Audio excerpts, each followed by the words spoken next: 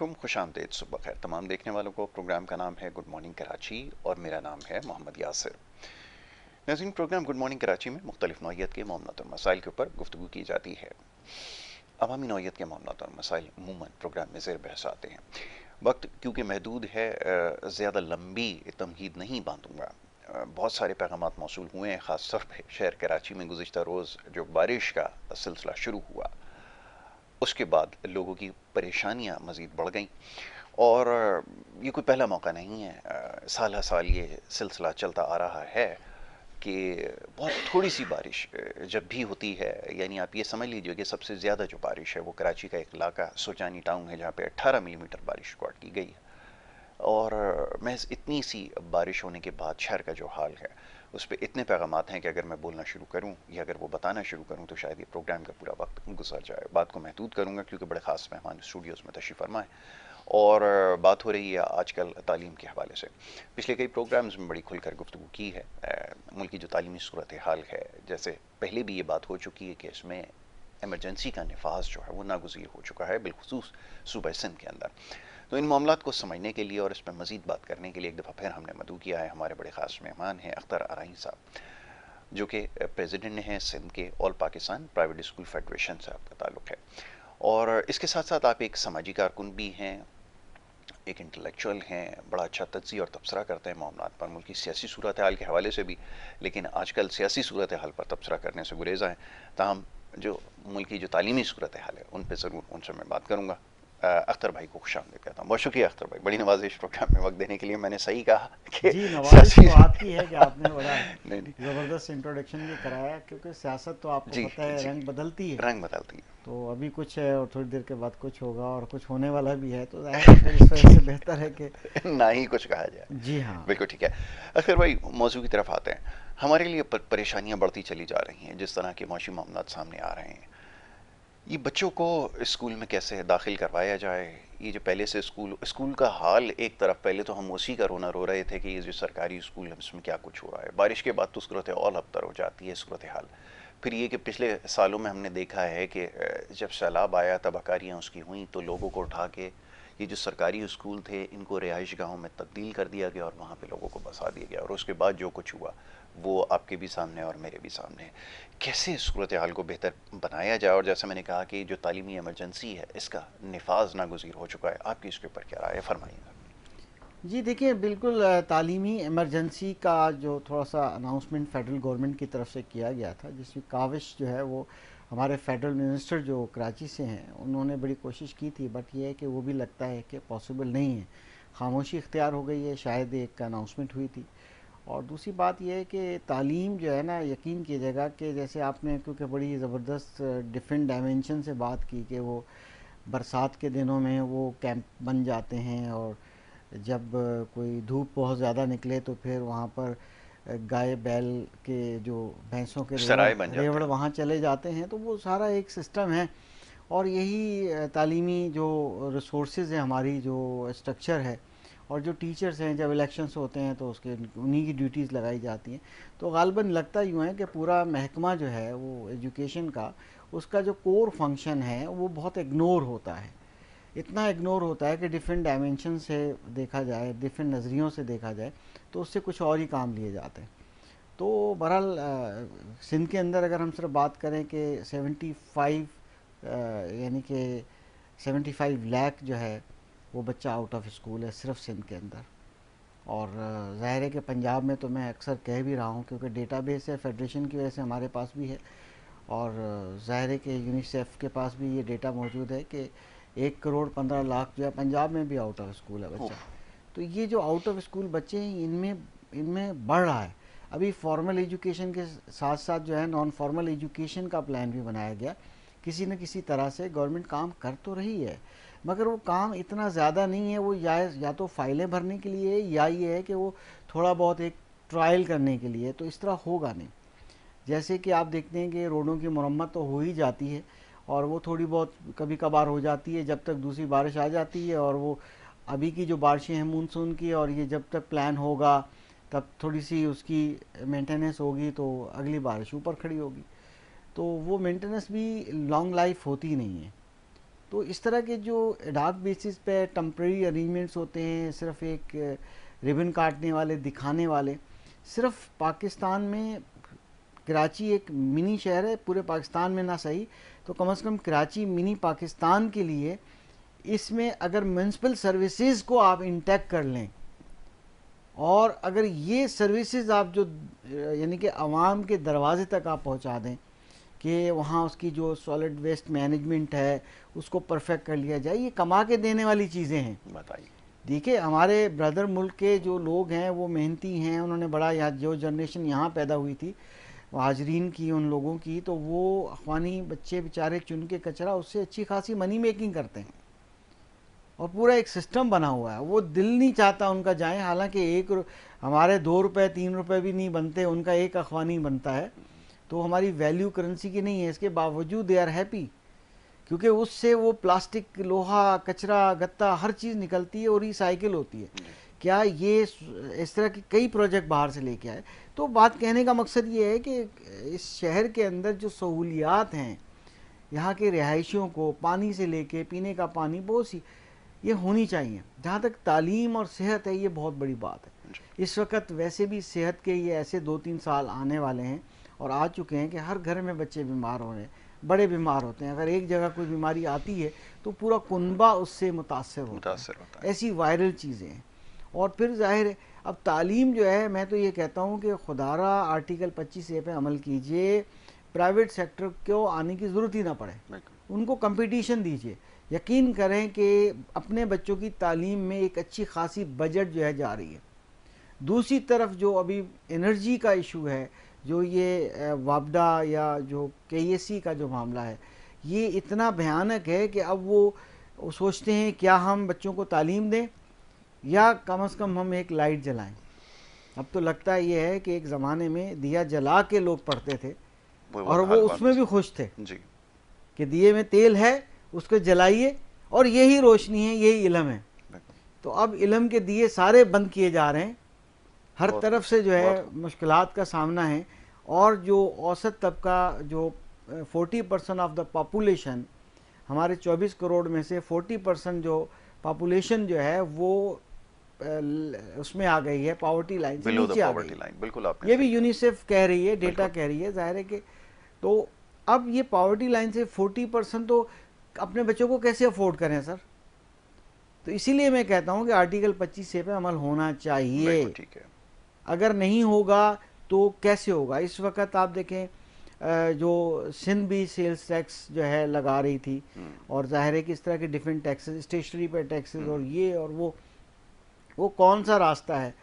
यानी कि मैं तो ये कहता हूँ कि जो बच्चा तालीम तो बाद में हासिल करेगा, उसका जो हक है वो 5 साल के, सिंध में तो 3 साल से है, 3 साल से 16 साल की उम्र तक उसका बुनियादी हक है कि वो तालीम गवर्नमेंट दे जी। और बेहतर तालीम हो, अच्छी तालीम हो, कंपलसरी तालीम हो और क्वालिटी एजुकेशन के साथ। और हर बच्चे का, पाकिस्तानी बच्चे का हक है।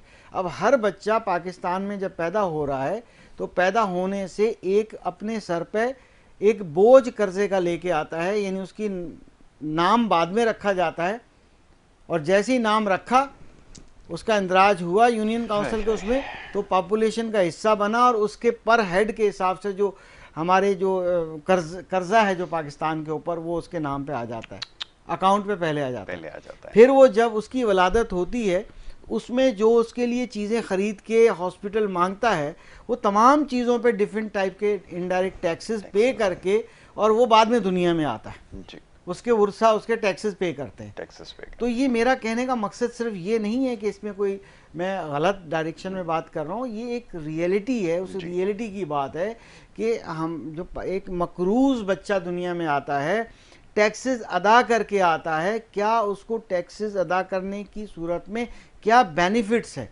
क्या आपने वलादत फ्री कर दी है, कह दिया है कि जो भी मेटर्निटी सेंटर या इस टाइप के हॉस्पिटल्स हैं वहाँ पर गवर्नमेंट पे करेगी या क्या करेगी, आपने क्या चीज़ दी है। बिल्कुल सही। तो ये जो मामलात हैं, अगर आप चले जाएं ऐसे गवर्नमेंट हॉस्पिटल्स में, अगर कोई फीमेल जाके एक राउंड लगा के आ जाए, नॉर्मल फीमेल सेंसिबल, तो वहाँ पर आपको जो वार्ड्स हैं उसके जो अंदर के हालात हैं, वो कहते हैं वहाँ खौफ आता है। खौफ आता है, देखिए खौफ आता है कि वहाँ ख़वातीन कैसे पड़ी हुई हैं, कहाँ कैसे वो बेचारी हैं, तो इतनी हालात ख़राब है। तो लिहाजा आप हम इस आवाम को, हर पाकिस्तानी को उसका बुनियादी हक देने की कोशिश करें। तालीम की ज़िम्मेदारी आप उठाएं, प्राइवेट सेक्टर की कोई ज़िम्मेदारी नहीं है। प्राइवेट सेक्टर के पास अपनी मदद आपके नज़रिए के मुताबिक जो साहिब हैसियत लोग हैं वो जाते हैं। आजकल तो ग्रेड 2 का, ग्रेड 1 का जो एम्प्लॉई है गवर्नमेंट का, वो भी किसी छोटे से प्राइवेट स्कूल में जाना चाहता है, कम से कम वहाँ क्लासेस तो कंडक्ट होती हैं।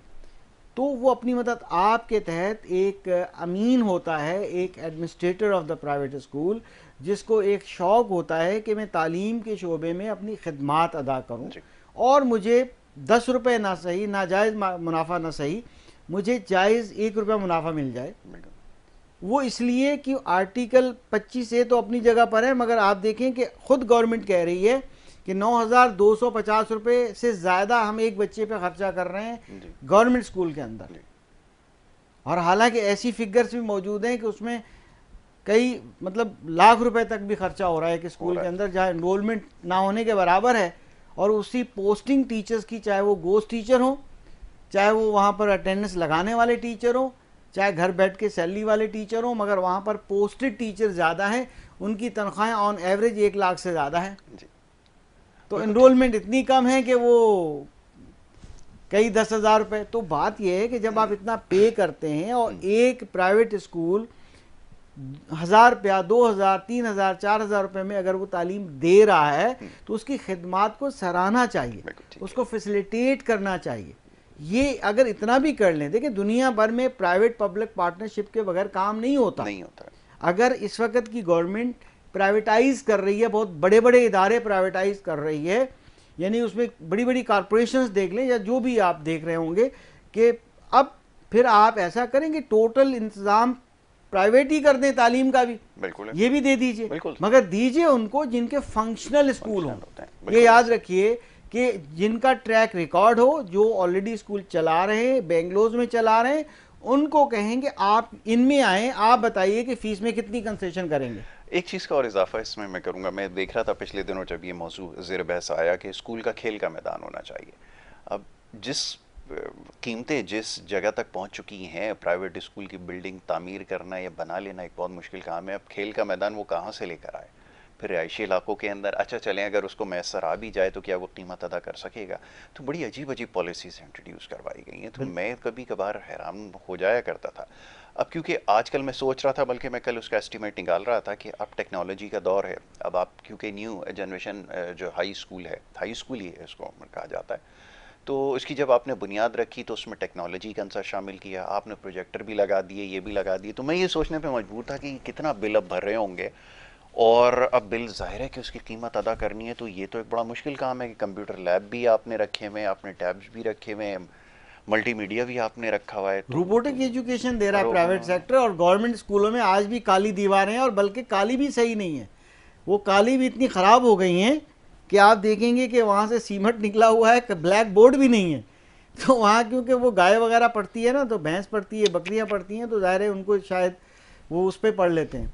तो गुजारिश ये है कि अब आप देखें ना, आपने प्लॉट की बात की, खेल के मैदान की बात की, तो उसकी तो कॉस्ट जाके बहुत ज़्यादा महंगी तालीम हो जाएगी। उसका रीज़न है, कराची शहर की अगर एग्जांपल दें, यहाँ की टाउन प्लानिंग के अंदर कई ऐसे एरियाज़ हैं जहाँ पर यानी कि 120 गज की कटिंग है। वहाँ पर अगर वो इतने इम्यूनिटी प्लॉट आपने छोड़े ही नहीं है, अगर छोड़े हैं तो आपने किसी को दे दिए थे। अगर कोई इम्यूनिटी प्लॉट के अंदर खेलने के पार्क भी होते हैं, ग्राउंड भी होते हैं, सब कुछ होता है, वो भी आपने बेच डाले। आप बेचते जा रहे हैं तो पॉपुलेशन बढ़ती जा रही है, उसके लिए रिक्वायरमेंट ज़्यादा थी। तो बात यह है कि आप यानी वहाँ 120 गज के अंदर कैसे खेल का मैदान बनाएगा? आप देखें, जब 19 यानी कि 63 में 60s में जब बड़ी इमरजेंसी नाफिज थी कि जी आप बच्चों को पढ़ाएं, पाकिस्तान को पढ़ा लिखा पाकिस्तान बनाना है, तो उस वक़्त बड़े क्योंकि प्रॉपर ऑर्डिनेंस नहीं था, कानून तो उसके बाद बना, भुट्टो साहब ने प्रॉपर बनाया, तो उस वक़्त बड़ी कोशिश की गई थी। हालांकि वहाँ उस वक़्त तनख्वाहों का 80% गवर्नमेंट अपनी बजट से अदा करती थी और बड़े बड़े प्लॉट्स दे देती थी और बिल्डिंग बनाने की ग्रांट्स दे देती थी। आज भी उसमें से कई स्कूल मौजूद हैं। आप अगर शारे फैसल पे देखेंगे, नाम लेना मेरा ख्याल मुनासिब है कि आयशा भवानी स्कूल है, इतना बड़ा है, और आप देखें गुलिस्तान शाह अब्दुल लतीफ़ एक स्कूल है सिंधी मुस्लिम, इस तरह से बड़े बड़े एकड़ों के हिसाब से जगह दी।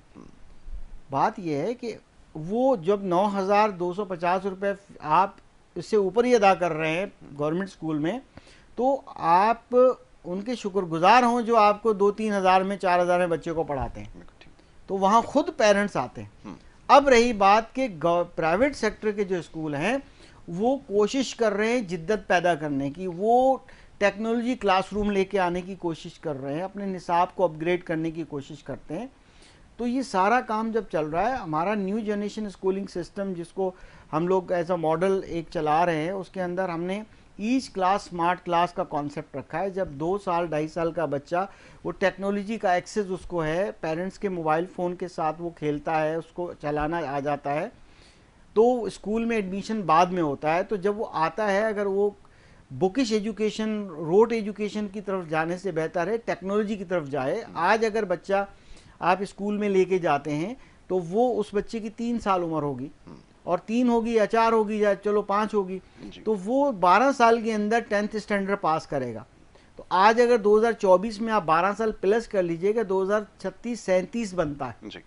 तो हमें फिक्र ये करनी है कि जब मेरा बच्चा इस स्कूल में जाएगा, जब ये मैट्रिक या ओ लेवल करेगा, तो उस वक़्त मार्केट में कौन से स्किल्स लेके जाएगा। बिल्कुल ठीक। अब उसके पास वो महारतें होंगी, क्लासरूम में टेक्नोलॉजी होगी, क्योंकि एआई तो अगले 4-5 साल के अंदर रेवोल्यूशन लाने वाली है, टेक ओवर कर लेगा। पहले अभी आप देख लें, आप व्हाट्सएप यूज़ कर लें, नाम ले रहा हूँ मजाक, आप कोई भी आप मेटा की तरफ चले जाएं, आप देखें कि एआई तो हेल्प कर रही है जी जी, और वो रट्टू तोते बना के 2 लाइनें ग्रामर की गलतियां, स्पेलिंग मिस्टेक के साथ लिख लेना ही तालीम नहीं है जी। अब तो आपके पास वॉइस कमांड पे, या आप उसको सिर्फ यूं एक लिख दें, आपको मेटा जो है या एआई जो है वो व्हाट्सएप के अंदर सिखा देता है। बिल्कुल कि जी ये टेक्स्ट होना चाहिए, आप ऐसे मैसेज करो। बिल्कुल ठीक है। तो मुझे बताइए, वो तो धरी की धरी रह गई, वो जो आपने 4 लकीरें लिखना सीख ली थी। बिल्कुल ठीक है। तो टेक्नोलॉजी ने तो आज ही रिप्लेस कर दिया आपको, आपकी यानी कि मैं क्या कहूँगा, मैं अल्फाज थोड़े सख्त आ रहे हैं कि हमारी हैसियत जो है ना, हम तो डाउन हो गए। बिल्कुल ऐसा ही। अब हमारे पास स्किल्स रिक्वायर्ड है, काबिलियत रिक्वायर्ड है। टेक्नोलॉजी इज़ वेरी इंपॉर्टेंट कि हम एआई को कैसे लगाम देंगे, कैसे इसका बेनिफिट ले पाएंगे। अदरवाइज उतना ही ज़्यादा ये यूज़ होगा, स्कैम में यूज़ होगा, बहुत सी मिसयूज़ भी होगा। टेक्नोलॉजी बुरी नहीं होती, उसका यूज़ अच्छा या बुरा हो सकता है। बिल्कुल ठीक है। जब हमारी अहलियत नहीं होगी, हम ना अहल होंगे, हमारे बच्चे ना अहल होंगे, तो फिर कैसे हो। तो प्राइवेट सेक्टर जो है इसीलिए टेक्नोलॉजी क्लासरूम में लेके आ रहा है, डिजिटल रिसोर्सेज बना रहा है, ताकि ये बच्चे जो है कल के लिए एजुकेशन फॉर द फ्यूचर हो, तभी जाके होगा। डिग्रीज का कोई फ़ायदा नहीं। आप देख लें अभी इंटर मैट्रिक का क्या हो रहा है, किस तरह से चीटिंग करके, कॉपी करके लोग पैसा खर्च करके नंबर ले रहे हैं। उस नंबर लेने का कोई फ़ायदा नहीं है, माँ सवाए सिर्फ कागजी फिल इन द ब्लैंक्स और एलिजिबिलिटी क्राइटेरिया। काबिलियत जो है वो होनी चाहिए। हमारे बच्चों को खुदारा टैक्सेस फ्री कर दीजिए। हमारे बच्चों के ऊपर जो बच्चा पैदा होते ही टैक्सेस देते हुए आ रहा है, फिर तालीम में जा रहा है, स्कूल में पढ़ रहा है, सब कुछ कर रहा है, तो वो इतनी वो है कि बस समझ में कुछ नहीं आ रहा। बस हमारे लिए अवाम जो है ना सरापा एहतजाज है कि खुदारा हमारी जो लोकल गवर्नमेंट की जिम्मेदारियां हैं या हमारी म्यूनसिपल रिक्वायरमेंट्स हैं वो पूरी करें। पानी है, सफाई है, इसमें सेहत का निज़ाम है, तालीम का निज़ाम है। ये छोटी छोटी चीज़ें हमें सिर्फ फैसिलिटेट कर दें, और तालीम के अंदर और सेहत के अंदर जो टैक्सेस का जो भरमार है वो आप ख़त्म कर दें, टैक्स फ्री कर दें, ताकि इसमें इन्वेस्टर भी आ जाए, इसमें सब कुछ आ जाए। या फिर ये सारे प्राइवेट स्कूल जो हैं, all Pakistan private school federation offer देती है कि आप इस फेडरेशन के, क्योंकि हमारी 300 से ज़्यादा जो हमारी एसोसिएशंस भी मेंबर हैं, 2 लाख के लगभग तमाम एसोसिएशंस को मिला के जो हमारे स्कूल्स मेंबर हैं, तो लार्जेस्ट फेडरेशन है। मैं फेडरेशन का सेंट्रल वाइस प्रेसिडेंट भी हूँ पूरे पाकिस्तान को, इवन आज़ाद कश्मीर, GB और सारे सूबों को भी हम लोग देख रहे होते हैं। तो हमारी ऑफ़र है कि हम आपके अच्छे पार्टनर बन सकते हैं, हम अच्छी कंसल्टेंसी कर सकते हैं। आप तो हमें ऑन बोर्ड लेकर ही नहीं आते, प्लानिंग बैठ के अपने सीक्रेट तरीके से कर लेते हैं और पता नहीं उसके मकासद क्या होते हैं। तो खुदारा हमें मौका दीजिए ताकि हम सर्व कर सकें। ऐसे लोग हैं जो कमर्शियल माइंडेड है, उसको ना लेकर आइए। जो नॉट फॉर प्रॉफिट काम करने वाले इदारे हैं उनको लेकर आइए। बिल्कुल ठीक है, बिल्कुल ठीक है। अब अख्तर भाई, एक और बड़ा मामला एजुकेशन से रिलेटेड ही है, अभी जहन में आया कि ये स्किल डेवलपमेंट के ऊपर काम करने की ज़रूरत है। एक वक्त था जब गर्मियों की छुट्टियां हुआ करती थी तो बच्चे जो थे वो शॉर्ट हैंड सीखा करते थे, टाइपराइटिंग सीखा करते थे और इस तरह से अपने स्किल्स को डेवलप करते थे। लेकिन आज क्योंकि रुझान कुछ और है, आजकल तो तफरीही मकामात पर जाने का, इधर उधर जाने का रुझान है। मुझे आपकी बात भी याद है, जब कोविड का सिलसिला था, साल भर के बाद बच्चे स्कूल आए तो बड़ा मुश्किल हुआ उनके लिए रिकवर करना। और ये ज़्यादातर बच्चों में ये चीज़ पाई जाती है, जब वो छुट्टियों से वापस आते हैं तो बिल्कुल स्क्रैच पर आ जाते हैं, तो दोबारा से उनको फिर स्टार्ट करना वो मुश्किल काम होता है। मैं चाहूँगा ज़रा यहाँ पर क्या पेरेंट्स की ज़िम्मेदारी है, इसको हाईलाइट करना ज़रूरी है, क्योंकि वो जो एजुकेशन से ये सिलसिला बिल्कुल से ख़त्म कर दिया जाता है और फिर स्किल डेवलपमेंट पे काम नहीं हो रहा है, एआई से ज़्यादा फेमिलियर नहीं है बच्चे, ना उसके ऊपर काम कर रहे हैं। तो ऐसी सूरत में क्या करना चाहिए, और ये जो छुट्टियां हैं इसको अभी जो बची हैं कैसे यूटिलाइज करें, ये थोड़ा सा इसको हाईलाइट कर दें, क्योंकि पेरेंट्स भी ज़रा चाहता हूँ उनको भी ये बात समझ में आए, क्योंकि एकदम से ही बच्चों का सिलसिला छुड़वा कर फिर तफरीही मकामात पर ले जाना और वापसी के बाद जो कुछ होता है वो आप ज़्यादा बेहतर जानते हैं। ज़रा इसमें क्या किया जाए, फरमाइए। जी बिल्कुल, देखें अभी क्योंकि छुट्टियां तकरीबन आधे से ज़्यादा गुजर चुकी हैं, मगर यह है कि जैसे कि आपने कहा कि पहले भी, और all Pakistan private school federation के जो अपने हमारे कुछ स्कूल्स हैं, जो अपने सिस्टम के स्कूल्स हैं, काशिम मिर्ज़ा साहब के पास 52-55 स्कूल्स अपने भी हैं, और जिसमें से 50% स्कूल वोकेशनल और टेक्निकल ट्रेनिंग के हैं। हमारा बिलीव है कि बच्चे को स्किल देना बहुत ज़रूरी है। ठीक है। अगर सिर्फ सिंपल फॉर्मल एजुकेशन की सर्टिफिकेट्स मैट्रिक इंटर के बाद वो बच्चा ना इधर का ना उधर का, ठीक है, जब तक वो किसी प्रोफेशनल डिग्री की तरफ जाए तब जाके पॉसिबिलिटी है, या फिर वो 3 ईयर का डिप्लोमा करे। तो बहुत से लोग फिर जो है ना मैट्रिक से आगे एजुकेशन नहीं ले पाते, इंटर से आगे नहीं जा पाते। बिल्कुल इसी तरह जैसे यूरोप के अंदर या यूके के अंदर भी 80% ओ लेवल के बाद ड्रॉप आउट हो जाते हैं, मगर उनकी जो कैम्ब्रिज सिस्टम की 10th स्टैंडर्ड है या उसका ए लेवल है वो काफ़ी बेहतरीन होता है, उसमें टेक्निकल एजुकेशन भी होती है। अब पाकिस्तान में हमने ये चाहा कि हम पूरे पाकिस्तान में हमारे स्कूल्स जो हैं, मेंबर स्कूल्स, हम ऑफ़र करते हैं आफ्टर स्कूल प्रोग्राम। हम अपनी प्रीमिसेस को आपको देते हैं अंडर आवर ओन मैनेजमेंट। आप वैसे जैसे एजुकेशन फाउंडेशन है, पंजाब के अंदर फाउंडेशन है, आप 2-2, 3-3, 4-4 हज़ार पर चाइल्ड उनको दे रहे होते हैं एक फॉर्मल एजुकेशन के लिए, जिसमें स्किल्स नाम की कोई चीज़ नहीं होती और वो भी गोस्ट एंट्रीज भी उसमें होती हैं। हमारी ऑफ़र यह है कि हमारे स्कूल्स हैं, उसके अंदर हम लोग वोकेशनल और टेक्निकल ट्रेनिंग दें उन बच्चों को जो ऑलरेडी पढ़ रहे हैं, स्टडी कर रहे हैं, क्योंकि वो मैट्रिक के साथ साथ जब निकले तो वो किसी डिप्लोमा होल्डर से कम ना हो। वो कोडिंग कर रहा हो, वो सॉफ्टवेयर बना रहा हो, वो अपना बिजनेस स्टार्ट कर चुका हो, या वो उसके अंदर कोई भी अपना सेल्फ एम्प्लॉयमेंट के लिए उसके पास स्किल्स होना ज़रूरी है। चाहे नॉर्मल आजकल जैसे इलेक्ट्रीशियन है या चाहे एयर कंडीशनिंग है या कोई भी जिस एरिया में उसकी अपनी ज़ाती इंटरेस्ट हो। तो आफ्टर स्कूल प्रोग्राम हमारे उन बच्चों के लिए भी, और इसके अलावा जो दूसरे बच्चे हैं जो स्कूल नहीं जा पाते उनको हम प्राइमरी एजुकेशन भी देंगे आफ्टर प्रोग्राम में, उर्दू इंग्लिश लिखना पढ़ना भी सिखाएंगे, मैथ्स भी सिखाएंगे, साथ में हम उनको जो है टेक्निकल ट्रेनिंग भी देंगे, वोकेशनल ट्रेनिंग भी देंगे। ये प्रपोजल एमडी जो सिंध की एक अथॉरिटी है उनको मैंने ऑन एयर भी दिया था प्रोग्राम में, और वैसे भी हमने उनसे बात की है। अब हमें क्या चाहिए, जो मैंने बताया कि गवर्नमेंट जब आफ्टर स्कूल प्रोग्राम के लिए हमें कुछ रिक्वायरमेंट है, वो रिक्वायरमेंट है कि हमें कुछ ऐसी, अगर हम लोग इलेक्ट्रिकल वर्क सिखाना है, एयर कंडीशनिंग वर्क सिखाना है, या हार्डवेयर का कुछ काम सिखाना है, या कोई और चीज़ें हैं, तो उसके लिए हमें कंप्यूटर लैब हमारे पास होती है, मगर हमारे पास वर्कशॉप्स नहीं होती, ठीक है, हमारे पास वो टूल्स नहीं होते, वो इंस्ट्रक्टर्स नहीं होते।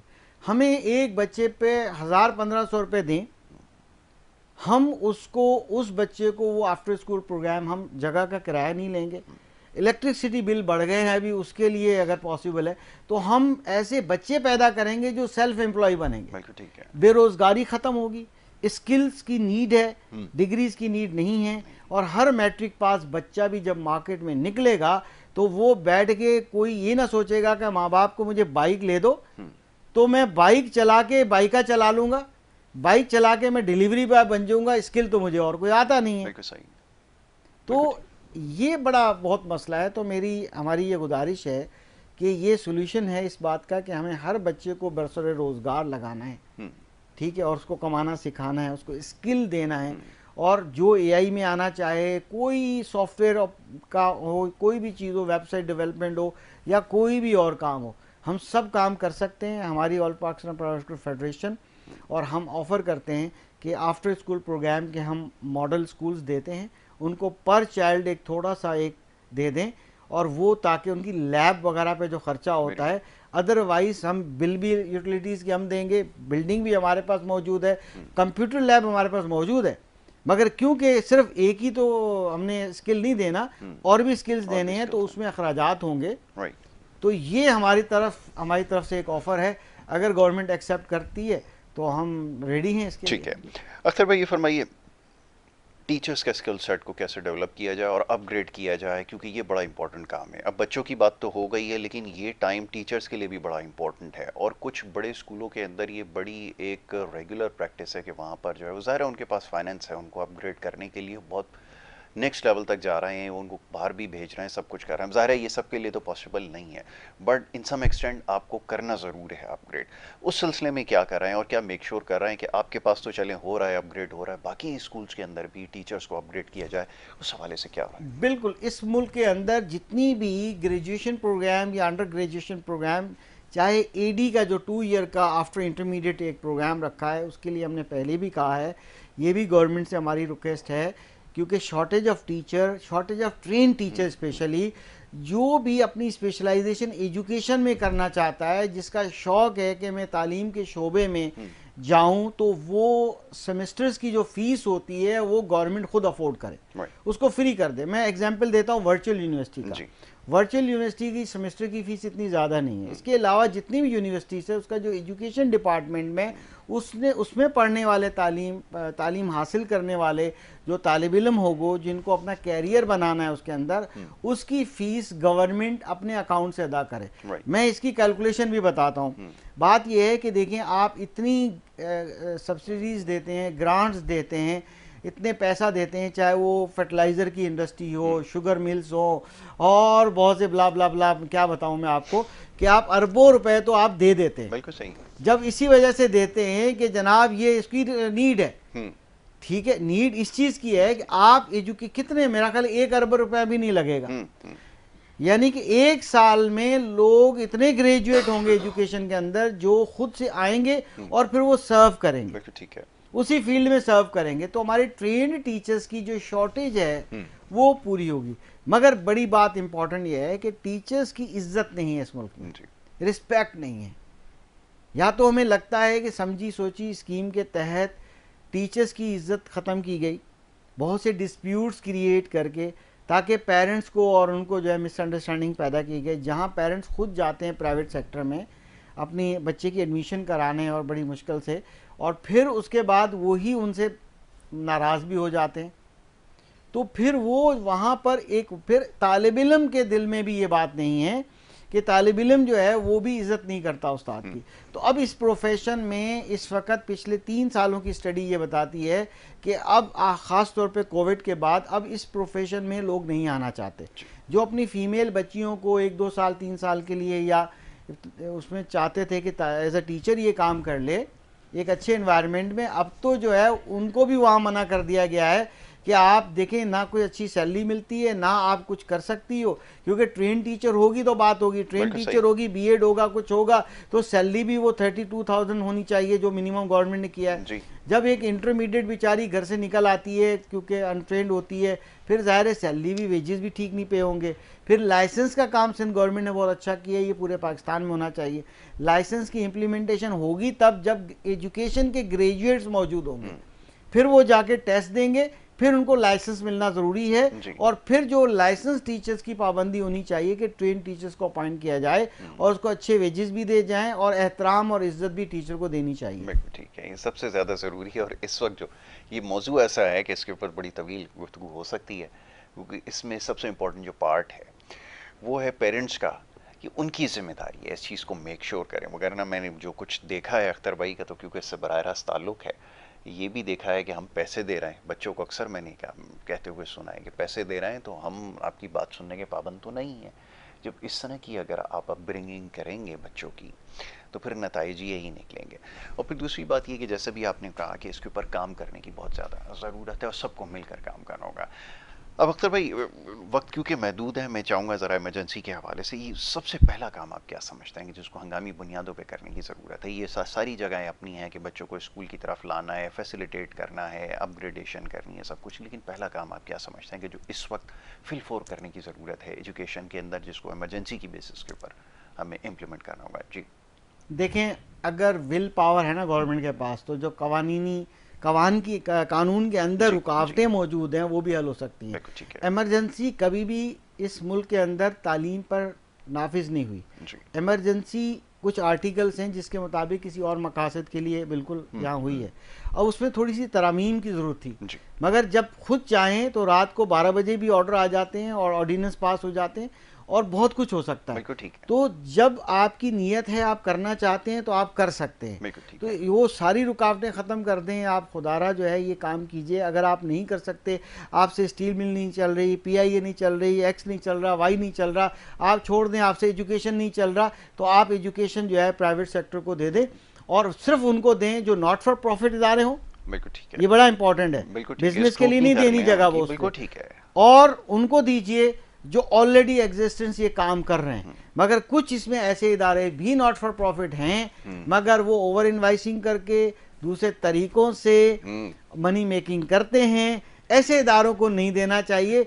सॉलिड डिलीवरी जो कर रहे हैं उनको दीजिए, ताकि आम पब्लिक स्कूल में 2 शिफ्टों में चलाने की इजाज़त दीजिए।